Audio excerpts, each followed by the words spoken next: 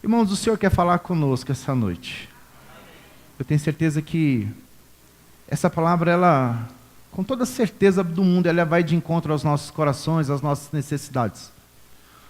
O que nós temos visto hoje no meio cristão são pessoas se perdendo, são pessoas se esfriando, são pessoas às vezes perdendo o foco, perdendo a direção por não saber amar o Senhor. E o título dessa ministração é Que Amor é Este? Você pode repetir comigo, que amor? Agora você põe aquela interrogação no final assim, é este? Porque é sobre isso que nós vamos falar hoje, amém, igreja? Sabemos que é a noite de Santa Ceia, um tempo onde nós sentamos à mesa com o Pai, amém? Mas o Senhor, Ele tem algo para ministrar primeiro ao nosso coração. O fato de estarmos na mesa do Senhor exige da gente um entendimento de podermos sentar juntamente a Ele nessa mesa, de desfrutarmos juntamente a Ele dessa provisão, do que Ele tem para a nossa vida. E se você olhar no Evangelho de Marcos, capítulo 12, do versículo 28 adiante, eu quero recitar ele junto contigo. A Bíblia diz que um dos mestres da lei aproximou-se e ouviu discutindo. Notando que Jesus lhe dera uma boa resposta, perguntou-lhe: de todos os mandamentos, qual é o mais importante? E respondeu Jesus: o mais importante é este: ouve, ó Israel, o Senhor, o nosso Deus. O Senhor é o único Senhor. O Senhor é o único Senhor. Eu quero novamente ler e dizer para vocês que o Senhor, o nosso Deus, Ele é o único Senhor. Amém? Ame o Senhor, o seu Deus, e Ele traz uma escala evolutiva, que é algo que nós temos que entender claramente. Ame o Senhor, o seu Deus, de todo o seu coração, de toda a sua alma, de todo o seu entendimento e de todas as suas forças. E segundo é este: ame o seu próximo como a si mesmo. E não existe mandamento maior do que estes. Muito bem, mestre, disse o homem. Está certo ao dizeres que Deus é único e que não existe outro além de ti. Amá-lo de todo o coração, de todo o entendimento e de todas as forças, e amar ao próximo como a si mesmo é mais importante do que todos os sacrifícios e ofertas. Veja bem que esse fariseu, ele chegou a uma conclusão. Ele disse verdadeiramente: amar de todo o coração, de todo entendimento, de toda a sua força, e amar ao próximo como a si mesmo. Ele chegou à conclusão que é mais importante do que os seus sacrifícios e as suas ofertas. E aí Jesus, versículo 34, vendo que ele tinha respondido sabiamente, Jesus lhe disse: você não está longe do reino de Deus. Agora, amados, eu quero nessa noite entrar dentro desses versículos e discutir com você justamente que amor é esse que o próprio Jesus nos orientou. Ele disse que esse era o maior de todos os mandamentos. Primeiro dele, amar a Deus e não a outros senhores. Primeiro ponto, a Bíblia nos orienta, isso já era um mandamento. Amar ao seu Senhor e não a outros deuses. Se você for perceber, a Bíblia em todo o tempo, ela diz, sim, principalmente em Marcos capítulo 6, versículo 24, ele fala assim que ninguém pode servir a dois senhores. Ninguém pode servir a dois senhores. E ele diz: pois odiará um e amará o outro, ou se dedicará a um e se desprezará a outro. E ele diz: vocês não podem servir a Deus e ao dinheiro ou a mamon. O que a Bíblia nos diz claramente, que Jesus já nos mostra que há um só Deus e um só Senhor em nossa vida. E ele continua dizendo em Mateus capítulo 6, que se você ama um Deus, o outro você não vai amar. Aí você pode falar: graças a Deus, eu amo só o Senhor. Mas sabe, igreja, se você perceber, o que Jesus está trazendo aqui como revelação, é de que ele traz as coisas do mundo as naturezas do mundo, as concupiscências, os desejos naturais nossos, como deuses. Tanto que ele conclui o versículo falando, você não pode amar Deus e a Mamon, ou ao dinheiro. Ou seja, tudo aquilo que está agregado a dinheiro, tudo aquilo que está alicerçado, fundamentado em dinheiros, e você coloca acima de Deus, está errado em nossa vida. Aí você pode falar, pastor, então peraí, essa visão da prosperidade bíblica é errada? Não, não é errada. Pelo contrário, ela é certíssima. Ela é apoiada e ela é aprovada. A questão é que a Bíblia diz, como lá em Timóteo também diz, que o amor ao dinheiro é a raiz de todos os males. Da mesma forma, nós entendemos que não tem como você amar as coisas do mundo e dizer que ama a Deus. Ou você ama a Deus, ou você ama as coisas do mundo. Ou melhor, vou traduzir para você entender. Ou você coloca a Deus acima de todas essas coisas, ou você coloca as suas ambições acima do Deus. E é isso que Jesus ele fala. Porque se você ama um, você vai desprezar o outro. Ou se você ama o outro, você vai odiar o outro. Talvez a pergunta que Jesus ele esteja colocando diante de nós é: que tipo de amor é esse que nós estamos vivendo? Que tipo de amor é esse que nós estamos buscando do Senhor hoje? Que tipo de amor é esse que nós estamos buscando dentro da igreja do Senhor hoje? Será que é um amor daqueles que buscamos as bênçãos do Senhor? Ou será que é um amor que nós estamos querendo somente que as pessoas vejam em nós que somos pessoas espirituais? Porque quando saímos da porta para fora da igreja, nós deixamos de viver a palavra do Senhor e começamos a viver um outro estilo de cristianismo. Aquele que só interessa a nós, que venha a nós, que seja feita a nossa vontade, segundo a nossa vontade. A palavra Senhor, nessa tradução de Mateus, no grego ela traduz como Kyrios, ou seja, supremacia. Ou seja, o seu Senhor, ele tem que ser supremo sobre a sua vida. E ele diz mais, tem que ser proprietário e alguém que tem o controle da sua vida. E é isso que Jesus falava. Se você amar a outros deuses, ao Senhor, você vai desprezar. Porque Ele sendo o seu Senhor, Ele tem que ser soberano, supremo e proprietário da sua vida. Então o fato de você não andar debaixo da direção que Ele tem para você, faz de você uma pessoa negligente ou fora da visão de senhorio do Senhor. Porque a própria Bíblia diz, amar ao Senhor de todo o seu coração, de toda a sua força, de toda a sua alma e de todo o seu entendimento. Se você não amar a Deus nesses padrões, você não ama o Senhor. E a Bíblia diz, maldito o cego que guia outro cego. A Bíblia diz que ambos podem cair em um precipício. Ambos podem se machucar. Por quê? Porque acham que estão caminhando, trilhando o caminho certo do Senhor. Mas na verdade o nosso coração está mais inclinado ao que o Senhor pode fazer sobre a nossa vida, aquilo que Ele pode promover em nós, o que Ele pode favorecer em nós. E quando nós recebemos aquilo que o Senhor tem para nos dar, porque Ele vai te dar aquilo que você pediu, é certo isso. Aí eu te pergunto, aonde está o senhorio sobre a nossa vida? Continuamos a servi-lo? Ou por alguma razão nós deixamos ele de lado e começamos a desejar as coisas naturais? Ou buscamos Deus somente no momento onde as coisas estão piores, a crise está eminente, as coisas estão acontecendo, nós, peraí, vamos lá para a igreja do Senhor, vamos buscar o Senhor, que é tempo de buscar, porque as coisas não vão bem. Mas sabe, igreja, eu descobri com experiências próprias que o melhor tempo de buscar o Senhor é quando vai tudo bem sobre a nossa vida.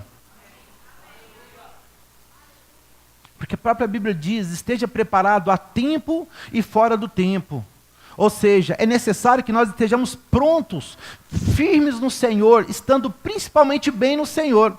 Então, quanto mais você está bem, mais você vai se empenhar, mais você vai se envolver, mais você vai se dar um pouco de ti para Deus, porque a Bíblia diz, amará o Senhor de todo o seu coração, de toda a sua alma, de todo o seu intelecto, sua mente e com todas as suas forças. 1 Samuel capítulo 15, versículo 1, diz o seguinte: Samuel disse a Saul: eu sou aquele a quem o Senhor enviou para ungí-lo como rei de Israel. O povo dele, por isso, escute agora a mensagem do Senhor. E no versículo 2, Samuel, sendo profeta do Senhor, ele começa a trazer as instruções que o Senhor tinha, tanto para Saul quanto para o povo de Israel. Eles iam lutar contra os amalequitas e era necessário que eles tivessem uma postura que Deus tinha determinado sobre a vida deles. Olha só.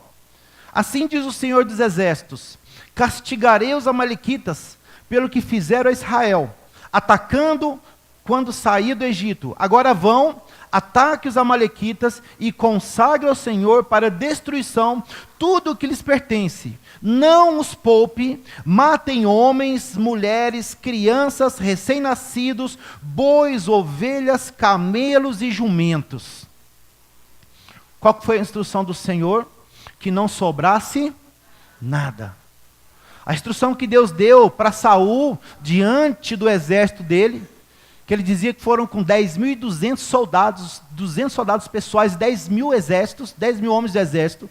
A Bíblia diz que naquele tempo a instrução era que não deixasse nada. Tudo que eles pegassem daquela guerra, que o Senhor estaria com eles, era para sacrificar como holocausto diante do Senhor. Ou seja, o Senhor, ele trouxe uma instrução para aquele povo. E mais adiante no versículo 7, e Saul atacou os amalequitas por todo o caminho, desde Avilá até Sur, a leste do Egito, capturou Agag, rei dos amalequitas, e exterminou o seu povo. Mas Saul e o exército pouparam Acaque, e o melhor das ovelhas e dos bois, os bezerros gordos dos cordeiros pouparam, tudo o que era bom, mas tudo o que era desprezível e inútil destruíram por completo. Qual que era a instrução do Senhor? Destruir tudo. Só que Saul, ele não destruiu. Ele foi contra a direção do Senhor. Ele poupou o rei, poupou o melhor daquele povo. Versículo 10. Então o Senhor falou a Samuel: arrependo-me de ter posto Saul como rei, pois ele me abandonou e não seguiu as minhas instruções. Samuel ficou irado e clamou ao Senhor toda aquela noite. E de madrugada Samuel foi ao encontro de Saul, mas lhe disseram: Saul foi para o Carmelo, onde ergueu um monumento em sua própria honra, e depois foi para Gigal. Sabe, irmãos, o que nós mais percebemos hoje no meio da igreja do Senhor, são pessoas que buscam o reconhecimento do Senhor, são pessoas que almejam uma ordenação, almejam um cargo na igreja, almejam algo do Senhor. Só que quando há uma instrução que vem da parte do Senhor, algo que é necessário que você faça, que talvez vai gerar um sacrifício sobre a sua vida, é nessa hora que nós vemos a fidelidade do homem com Deus. É nessa hora que nós podemos perceber se o homem está sendo fiel com Deus ou não. Porque mais do que ter sido infiel com a palavra do Senhor, a Bíblia diz que ele foi ao monte e ergueu um monumento a si próprio. Ou seja, a soberba já estava sobre a vida daquele rei. A vaidade já estava sobre ele.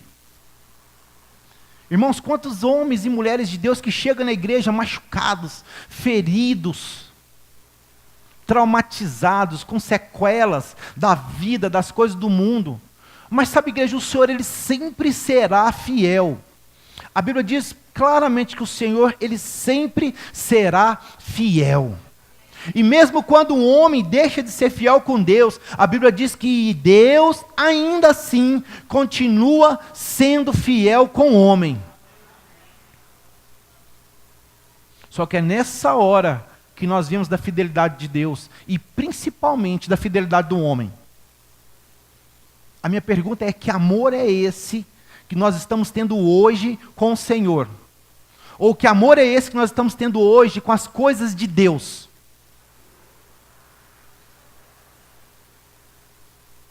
O fato de estarmos nos relacionando como igreja não nos garante muita coisa.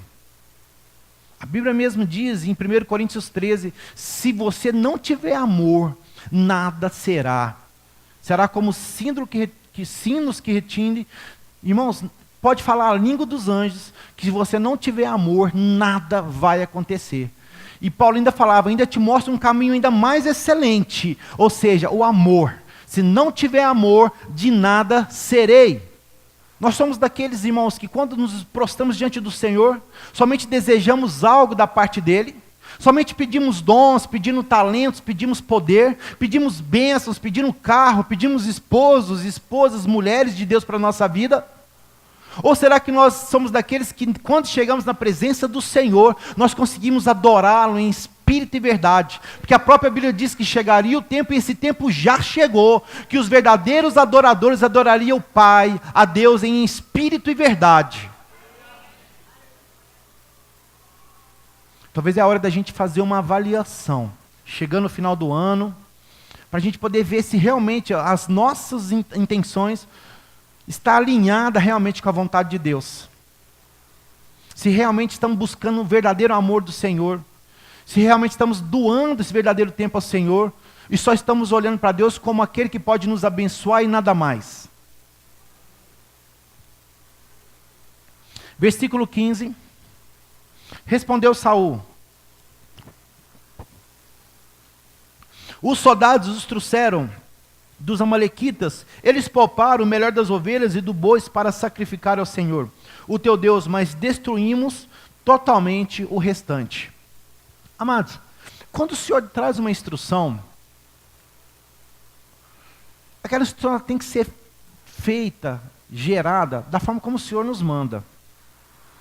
Com as leis do Senhor, nós não negociamos. Você consegue entender isso? Com as coisas do Senhor, os princípios de Deus, não existe negociação. Ah, mas e se eu... Não existe se para as coisas de Deus. Você consegue entender isso? Ah, eu vou fazer isso, mas isso eu vou deixar para amanhã, porque eu ainda não consegui discernir isso. Porque eu digo que quando nós amamos a Deus de todo o coração, alma, entendimento, coração e toda a nossa força, nós fazemos com excelência tudo para o Senhor. Não existe meias verdades com o Senhor. Não existe meias verdades com o Senhor. Versículo 22. Saul, porém, respondeu: acaso tem o Senhor tanto prazer em holocaustos e em sacrifícios, quanto em que se obedeça a tua palavra? A obediência é melhor do que o sacrifício, e a submissão é melhor do que a gordura de carneiros. Pois a rebeldia é como o pecado da feitiçaria, e a arrogância como o mal da idolatria. Assim como você rejeitou a palavra do Senhor, ele o rejeitou como rei. Agora perceba que Samuel, quando ele começa a trazer uma visão, ele diz: acaso tem o Senhor tanto prazer em holocausto como sacrifício?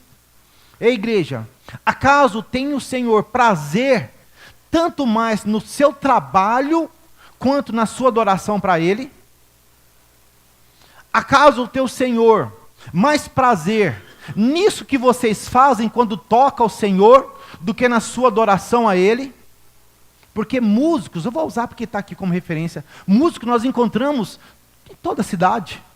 Nós encontramos música em cada esquina. Pessoas que às vezes tocam até melhores do que nós. E não deixa de ser um sacrifício, um trabalho. Sabe, irmãos, talvez possamos estar aqui, no meu lugar, pregando a palavra, com eloquência, com sabedoria. Mas talvez não estamos vivendo a palavra. Conhecemos as Escrituras, mas não vivemos ela. Não temos o amor de Deus. Não temos a perfeição de Deus dentro de nós. A obediência é melhor do que o sacrifício. A obediência é melhor do que o sacrifício. Que obediência é essa? A obediência na sua palavra. A Bíblia, cara, aquele que mentia, aquele que roubava, não roube. Aquele que adulterava, não adultere. Aquele que fornicava, não fornique. Aquele que gerava facções, contendas, não faça isso mais. Viva aquilo que a palavra te diz. Aquele que fazia trapaças no seu trabalho, não faça mais. Não adianta você vir para a igreja, adorar o Senhor como vocês fazem, levantar as mãos, exaltar o Senhor, mas internamente, exteriormente, fora daqui, você não vive ela. Nós não temos vivido essa palavra, temos desejado dons, temos buscado avivamento, mas esquecemos do Senhor. Colocamos os dons de Deus acima de Deus. Colocamos as bênçãos de Deus acima de Deus. E a submissão é melhor do que a gordura de carneiros. Porque no 23 ele fala, pois a rebeldia é como o pecado da feitiçaria, e a arrogância como o mal da idolatria. Aí você pode falar, nossa, graças a Deus eu não sou rebelde com o meu pastor, mas nós podemos ser rebeldes com a palavra. Podemos ser rebeldes com a palavra está lá, não furte, e você vai lá e furta. Não roube, não minta, isso chama-se rebeldia. E a Bíblia diz que a rebeldia é como um pecado da feitiçaria, é algo muito grave diante das coisas de Deus. Não adianta, igreja, temos dois senhores, porque sempre um vai ser desprezado. Talvez o sexo é um dos seus senhores, talvez a ganância, a cobiça, dinheiro é um outro senhor. Talvez o escravo, você seja escravo de mentiras, isso não deixa de ser um senhor na sua vida. Facções, mentiras, contendas, invejas, isso tudo se torna senhorio na sua vida, porque você deixa de ter controle sobre a sua vida, e você se torna um marionete na mão dessas circunstâncias. Você consegue me entender, igreja? Inveja é um senhorio. Porque nós lemos lá, né? O que é? Curios, supremacia, propriedade. Ou seja, aquilo que você talvez não vê como Senhor, mas que eu te falo que é um Senhor sobre a sua vida, ela tem propriedade sobre você. E ele conclui, assim como você rejeitou a palavra do Senhor, ele o rejeitou como rei. Agora olha só que interessante. Vai lá para mim Isaías capítulo 1, versículo 19. A Bíblia diz, aquele que está disposto a obedecer e a ouvir as minhas palavras, comerá o melhor dessa terra. Agora entenda, igreja, que a Bíblia diz que se você estiver disposto a obedecer, primeiramente tem que existir dentro de você uma disposição para obedecer a palavra de Deus. Sabe o que está acontecendo hoje na igreja? As pessoas esperando de Deus uma ação como essa. Senhor, quando o Senhor falar comigo, eu vou fazer. Ei, meu irmão, Deus já falou há muito tempo. Quando o Senhor me falar, pare de beber, eu vou parar.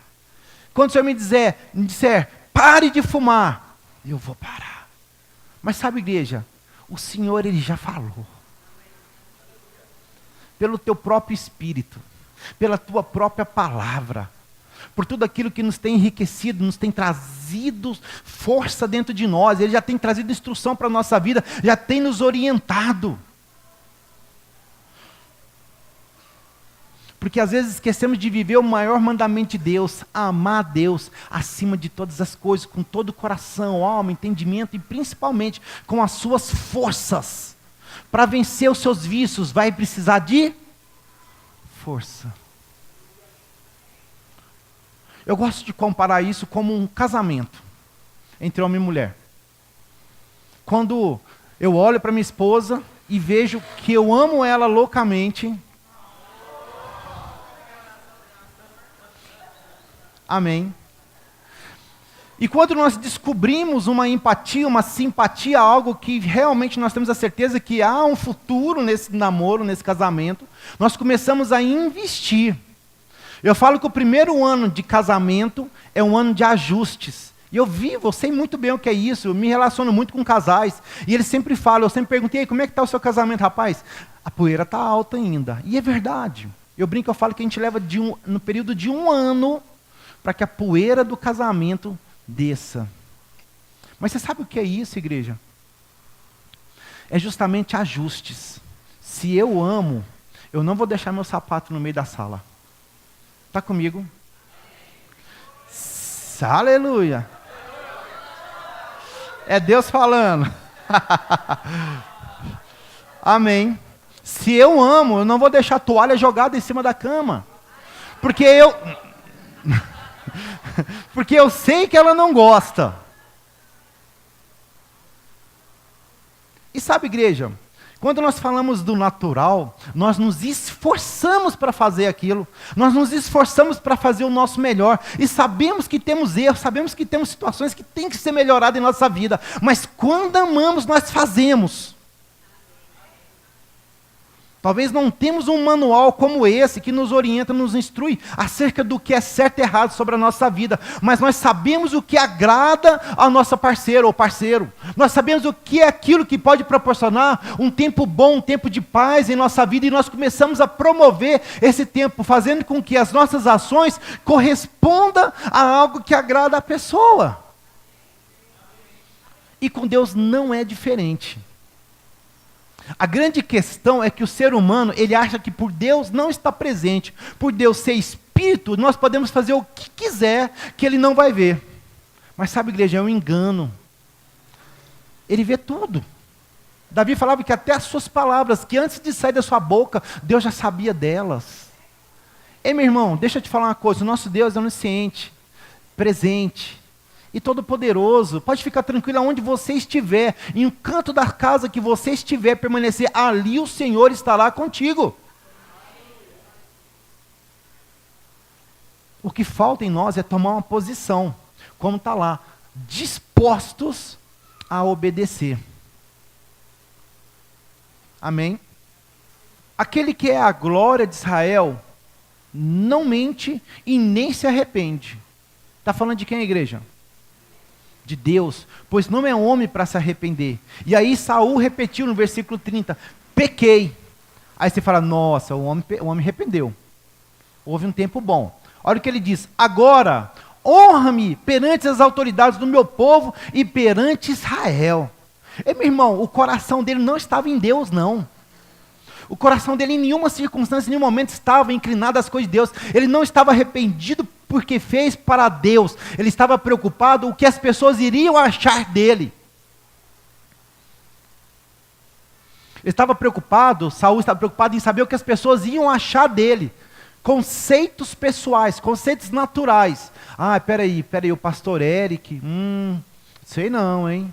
Não, então peraí, vamos evitar isso. Vamos fazer, vai lá no profeta, vai lá no sacerdote, fala, olha, me honra perante Deus, para que as pessoas vejam que Deus está comigo. Mas sabe, igreja, mais do que o homem falar, é a unção que está sobre ele.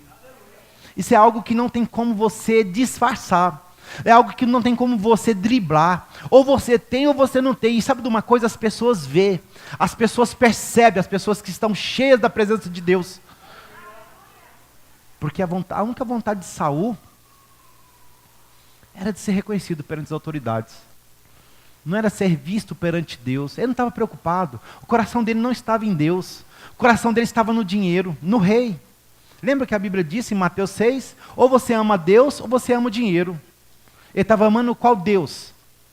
O dinheiro. Porque Deus falou, sacrifica tudo, não fica com nada, todos os despojos, queima, fulmina, incinera, coloca como oferta. E olha, igreja, era um império, eram os amalequitas, ou seja, eles tinham algo para poder dar. Só que os olhos dele não estavam no Senhor. Ou seja, ele desprezou um Senhor e adorou e amou um outro Senhor. Ou seja, o Curios, a soberania, a supremacia do dinheiro estava sobre a vida dele. E eu te pergunto, que amor é esse? A caminho de Jerusalém, Jesus passou pela divisa entre Samaria e Galileia. Ao entrar num povoado, 10 leprosos dirigiram-se a ele. A quem? A Jesus. Ficaram a certa distância. Sabe, igreja, quando você for ler a Bíblia, isso eu aprendi com o Senhor, fica atento com as entrelinhas, fica atento com aquilo que está ali. Se a Bíblia diz que eles ficaram a uma certa distância, isso tem algo a ver, tem algo que serve para a edificação da nossa vida. Amém? E olha o que a Bíblia diz. Ao entrar num povoado, 10 leprosos dirigiram-se a Jesus e ficaram a uma certa distância e gritaram em alta voz: Jesus, mestre, tem piedade de nós. Você sabe o que essa passagem traduz, igreja? Pessoas que estão dentro da igreja, mas não têm intimidade com o Senhor. Eles vivem a uma certa distância de Deus.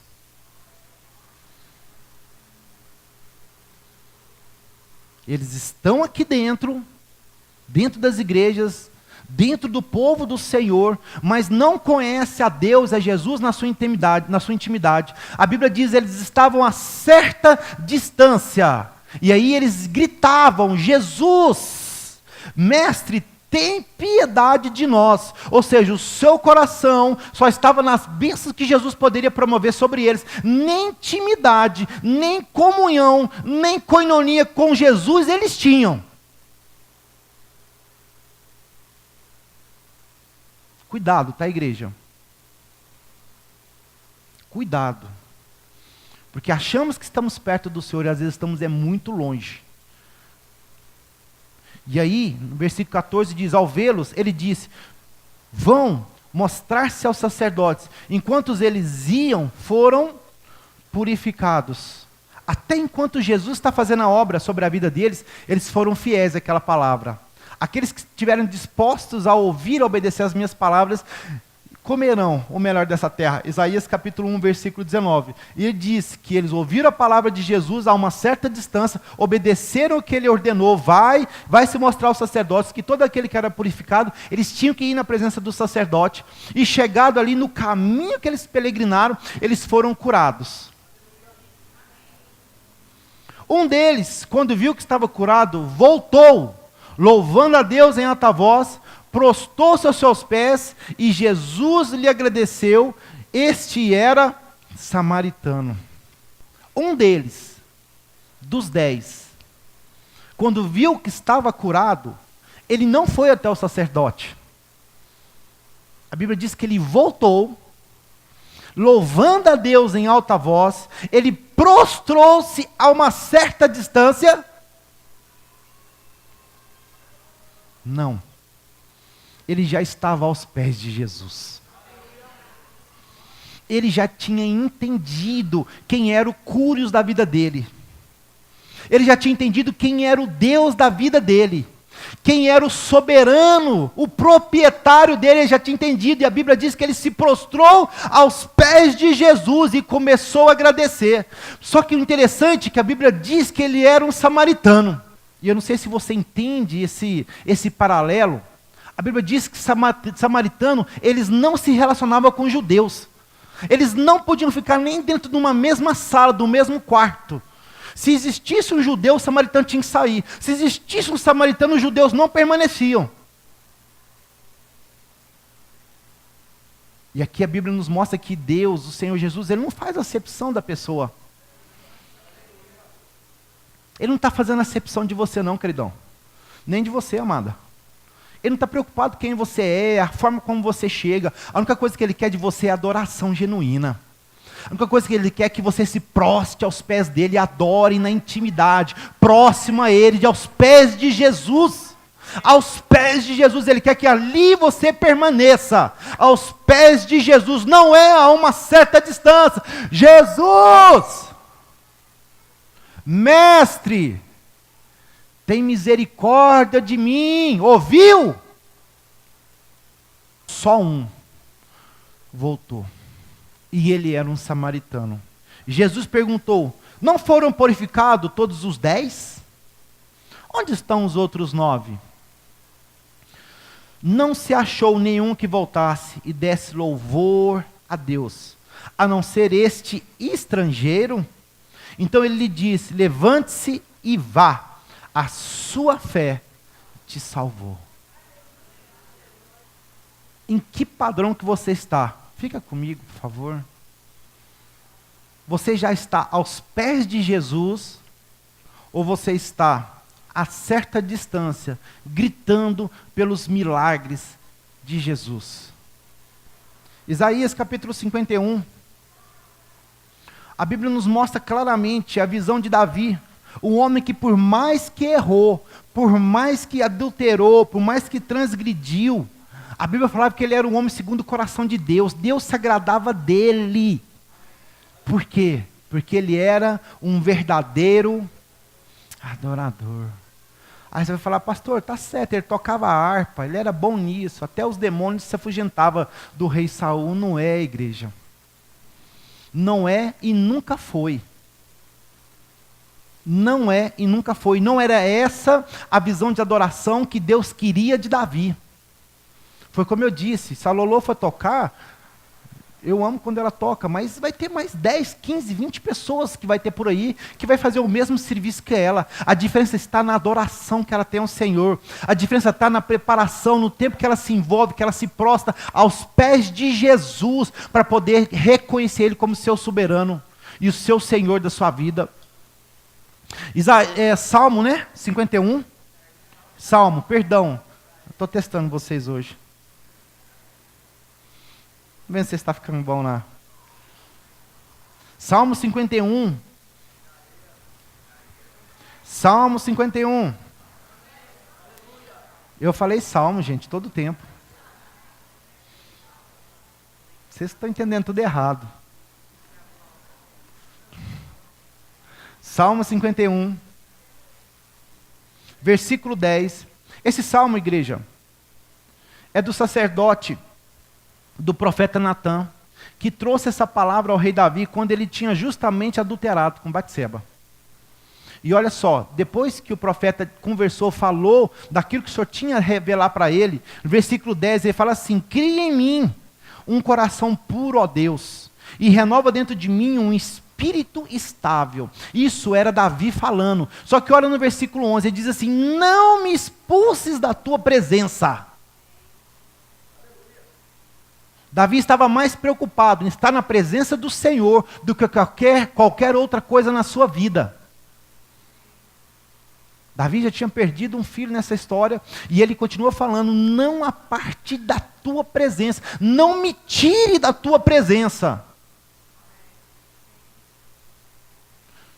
Nem tires de mim o teu Espírito, ou Santo Espírito.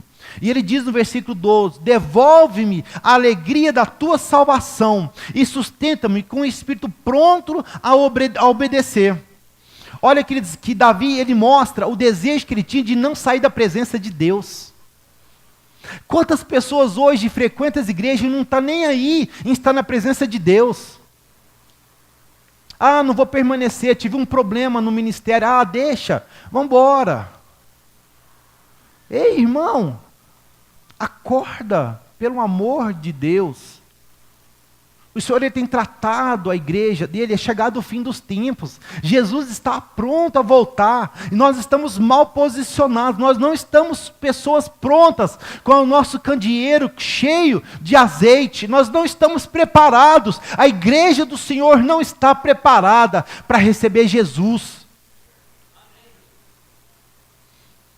Nós estamos levando tudo de Deus na brincadeira, a banho-maria, achando que é um oba-oba, que Deus não está vendo, que Deus não sabe de nada. Davi, que era Davi, errava, adulterava, fazia coisas erradas, mas ainda era segundo o coração de Deus. Por quê? Porque ele não queria sair da sua presença. Ele não queria se apartar de Deus, ele não queria perder a comunhão que ele tinha com Deus. Ah não, hoje eu não consegui orar, deixa, amanhã eu oro. Ei, irmão, isso não é uma obrigação. É um desejo que tem que nascer dentro de você. É um desejo que tem que brotar dentro de você. Pode ser o presidente da república te ligando, o papa te ligando, alguém te ligando. Manda falar, olha, espera que agora eu estou falando com Deus. Depois fala comigo, agora é Deus. Prioridade é Deus. Primeiro é Deus na minha vida. Davi falou, não tira o Espírito de Deus dentro de mim. Não tira a alegria que eu tenho de viver a comunhão e a intimidade com Deus. O mundo está perecendo por causa disso, igreja. Famílias estão se perdendo por causa disso. Porque coloca as coisas do mundo, o senhorio natural, acima das coisas de Deus. Agora, se a Bíblia em Mateus 6 diz que buscai primeiro o reino de Deus, e as outras coisas serão atribuídas, é a Deus primeiro que nós temos que buscar, reconhecer, colocar Ele diante de nós, buscar dEle direções para a nossa vida, e não temos feito isso, temos vivido pela força do nosso braço. Por isso que a Bíblia diz que Davi era um homem segundo o coração de Deus, porque ele errava, mas ele não queria sair da presença de Deus. Ele errava, mas estava lá, Senhor, me perdoa, eu reconheço o meu erro, mas eu quero estar na sua presença. Não aparta de mim o teu Espírito. Agora tem irmãos na igreja que nem sabem o que é o Espírito. Nunca teve uma intimidade com o Espírito Santo. Nunca conseguiu experimentar a presença do Espírito. Porque uma vez que você saber o que é o Espírito, você não quer mais apartar dele. Uma vez que você descobrir quem é o Espírito dentro de você, você não quer sair da presença dele. Você quer viver intensamente cada momento da sua vida junto ao Espírito Santo. Hoje, no almoço, nós falávamos um pouco sobre individualidade, né? Sobre relacionamento, amizade. Saiu eu e minha esposa hoje sós para jantar, para almoçar. Quem sabe o jantar também, né? Isso é um ato profético. E a gente falava sobre isso, sobre relacionamento. Não entre nós, não. Nós está bem decidido já. Mas entre irmãos. De que por mais que nós estejamos às vezes rodeados de pessoas, nós estamos sós. E ali mais tarde um pouquinho, quando eu estava ali preparando a palavra, orando ali naquela comunhão, o Senhor falou: o seu melhor amigo é o Espírito Santo. Irmãos, eu fiquei até sem graça naquela hora. Falei, meu Deus, não precisava de ouvir algo disso. Nós temos buscado no mundo aquilo que só Deus pode dar. Presta atenção. Nós temos buscado no mundo aquilo que só Deus vai te proporcionar. Tem coisas, por mais que nós tenhamos os melhores amigos do mundo, eu sei que nós temos, podemos contar com isso, eles não vão dar aquilo que o Espírito Santo vai te dar. Só Ele vai te dar. Mas, amados, amizade a certa distância não funciona. Não é? Amizade por e-mail também não funciona. Amizade por WhatsApp não funciona. Precisa ter o quê? Contato, comunhão. E é disso que o Senhor tem cobrado. Que amor é esse que nós estamos deixando de lado para buscar outras coisas naturais? Alô? Você consegue entender isso, igreja? Aleluia. Eu quero começar a concluir já. Como se diz isso, preparando para pouso. Se você abrir seu livro de Jeremias, capítulo 29. Jeremias mesmo, tá? Capítulo 29, versículo 11. Olha só o que a Bíblia diz. Porque sou eu que conheço os planos que tenho para você. Olha para mim, igreja. Se o próprio Senhor diz que é Ele que conhece os planos que tem para você, é com Ele que você vai se relacionar. Se é com o Senhor, Ele fala que é o seu amigo que conhece os planos para você, não é o seu pai natural biológico que tem os planos para você, não é a sua esposa que tem os planos, que conhece os planos para você, mas Ele diz, é o Senhor, sou eu que conheço os planos que tenho para você. Então, se você não busca do Senhor, você nunca vai saber os planos que Ele tem para você. E olha o que ele diz: planos de fazê-lo prosperar, e não lhes causar dano, plano de dar-lhes esperança e um futuro. Você sabe que tem pessoas que estão se perecendo, estão se afundando porque não conseguiram entender isso. Que é os planos, os melhores planos, você vai buscar no Senhor. A Bíblia diz que eu conheço os planos que tenho para você. Que planos são esses? De prosperar, de não lhe causar dano e de dar-lhe uma esperança e um futuro. É no Senhor que você vai encontrar esses planos. É em Deus que você vai encontrar. E Ele diz mais: então vocês clamarão a mim, virão orar a mim e eu os ouvirei. Vocês me procurarão e me acharão quando me procurarem de todo o coração. Eu me deixarei ser encontrado por vocês, declara o Senhor, e os trarei de volta do cativeiro. Olha, igreja, o Senhor, Ele mesmo fala: eu estou disposto. Se Ele for brincar de pique-esconde, Ele é primeiro, está lá assim, ó, deixando ser achado. É isso que Ele está dizendo. Só que aí existe um segredo. A Bíblia diz que os planos que o Senhor tem para você é nele. Só que Ele diz que Ele só vai te revelar se você buscar Ele de todo o seu. Pois é, essa palavra coração, no hebraico, traduz como lebab, que é um homem interior, mente, alma, coração, inteligência e força. Ou seja, o maior mandamento que Deus deixou para nós: buscar o Senhor de toda a mente, de todo amor, de todo o coração, de toda a sua força, de todo o seu intelecto. Ou seja, se você não tiver esses princípios na sua vida, os planos que Deus tem para você, você nunca vai conhecer. Ou seja, você não vai prosperar. Ou seja, o fato de você entrar para o seu quarto, tranca a porta, entra para dentro e fala: Pai, revela seus planos, Pai, revela seus planos, Pai, revela seus planos para mim. Oh Deus, revela os seus planos para mim, Pai. Ele não vai revelar. Você sabe por quê? A Bíblia diz, aquele que foi curado da lepra, ele foi novamente, voltou à presença de Jesus, e ele se ajoelhou aos seus pés, e ali ele adorou o Senhor, como soberano, como supremo, como dono da sua vida. O que falta para nós hoje é chegar lá para dentro do quarto e: Pai, muito obrigado, eu te amo. O Senhor é o meu Senhor, o Senhor é soberano. Pai, obrigado. Enche-me, Senhor, faça de mim um instrumento da tua vontade. Sabe, igreja, está faltando a nossa rendição diante do Senhor.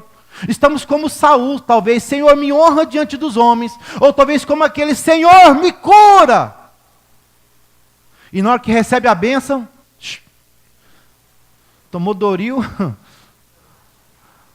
o homem sumiu. Estamos desse jeito. Uma coisa que eu sempre falei e sempre falo, vou usar o Ministério de Louvor de novo, até ouço aqueles que fazem parte do Ministério de Louvor. Vocês estão aí, né? Muitos desejos estão aqui.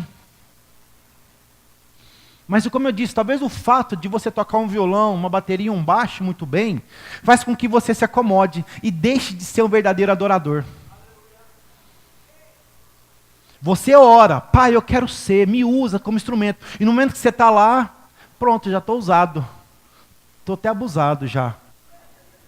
E aí não sai daquilo mais. E as pessoas começam a morrer, achando que o fato de tocar muito bem é algo que agrada a Deus. E não é. E não é. Eu já vi pessoas caindo por causa disso. Porque achava que sabia muito. Na verdade, quando Jesus ele traz aquela revelação de Marcos 12, na verdade, quem dizia isso já era um dos mandamentos, ordenanças do Antigo Testamento, em Deuteronômio. Você vê que ele repete isso novamente. Olha só, Deuteronômio, capítulo 6, versículo 4, diz o seguinte: Ouça, ó Israel, o Senhor, o nosso Deus, é o único Senhor. Ame o Senhor, o seu Deus, de todo o seu coração, de toda a sua alma, de toda a sua força. Que todas as palavras que hoje lhe ordeno estejam em seu coração. Só que aí, pula lá para o versículo 10 e olha o que ele diz. O Senhor, o seu Deus, os conduzirá à terra que jurou aos seus antepassados, Abraão, Isaque e Jacó, dar a vocês terra como grandes e boas cidades que vocês não construíram, com casas cheias de tudo o que há de melhor, de coisas que vocês não produziram, com cisternas que vocês não cavaram, com vinhas e oliveiras que vocês não plantaram. O que a Bíblia diz? Que o Senhor está concedendo para o povo de Deus bênçãos que não foi você que produziu, mas Ele por si está te entregando algo pronto já na sua vida. Quando isso acontecer, se já não aconteceu, e vocês comerem e ficarem satisfeitos, se já não comeram e estão satisfeitos, tenham cuidado. Não esqueça o Senhor que os tirou do Egito e da terra da escravidão. O que a Bíblia diz? Depois que você comer do melhor, depois que você tiver as suas bênçãos, tenha cuidado. Não esqueça do Senhor, porque foi Ele que te tirou da escravidão. Foi Ele que te tirou da miséria. Foi Ele que te tirou da podridão, dos carrapichos, daquele lamaçal que você vivia. Não esqueça. Não seja um crente ruim de memória. Não esqueça que um dia lá na rua você estava nessas condições. Sem casa, sem teto, sem provisão, sem condições financeiras talvez, sem estabilidade, sem paz na sua casa, sem vida, desejo de morte, pensamentos de suicídio. O Senhor te tirou daquele lamaçal, te colocou numa vida plena, e Ele diz, cuidado, não esqueça que foi o Senhor que te tirou dessa condição. Que amor é esse? Só para encerrar, João capítulo 21. A Bíblia diz, depois de uma pesca maravilhosa, sentado ali à beira-mar, com um foguinho, seu peixe assando, Jesus ele começa a tratar com Pedro, e de repente Jesus chega para Pedro e fala, Pedro, tu me amas? E aí naquele momento Pedro fala, sim Senhor, certamente que eu te amo. E ele diz, então vai lá e apacenta minhas ovelhas. E aí novamente Jesus chega para Pedro e fala, Pedro, verdadeiramente, tu me amas? E ele diz, claro Senhor, que eu te amo. E passado mais um pouquinho, Jesus novamente chega para Pedro e fala, Pedro, verdadeiramente, tu me amas? E a Bíblia diz que Pedro ficou indignado, entristecido com aquela indagação que Jesus fez. E a Bíblia diz que Pedro falou, Senhor, certamente que eu te amo. Mas sabe, igreja, existe uma verdade atrás dessas linhas. A primeira vez que Jesus, ele questiona Pedro, ele perguntava assim, Jesus, o seu amor é ágape para comigo? Sabe o que é amor ágape, igreja? O amor de Deus. E Jesus perguntou, Pedro, o seu amor é um amor soberano? É um amor sacrificial para comigo? E aí Pedro respondeu, claro Senhor, que eu te amo filéu. Ou seja, um amor raso. Amor de irmão. E aí novamente Jesus chega para Pedro, Pedro, você verdadeiramente agapau para comigo? Ou você verdadeiramente ama sacrificialmente para comigo? E Pedro novamente responde, Senhor, verdadeiramente eu te amo filéu. Ou seja, amorzinho de irmão. E aí Jesus ele reverte a história. E na terceira questionamento ele já fala assim, Pedro, então verdadeiramente tu filéu para comigo. Por isso que Pedro ficou entristecido pela terceira vez. Porque Jesus mostrou que o amor de Pedro não era um amor que ele esperava que fosse o verdadeiro. Ou seja, era um amor filéu, um amor de irmão. E ali a Bíblia diz que Pedro se entristeceu. O amor de Pedro era um amor filéu. E talvez a pergunta que eu faço para você hoje, o seu amor é agapau? ou é um amor filéu?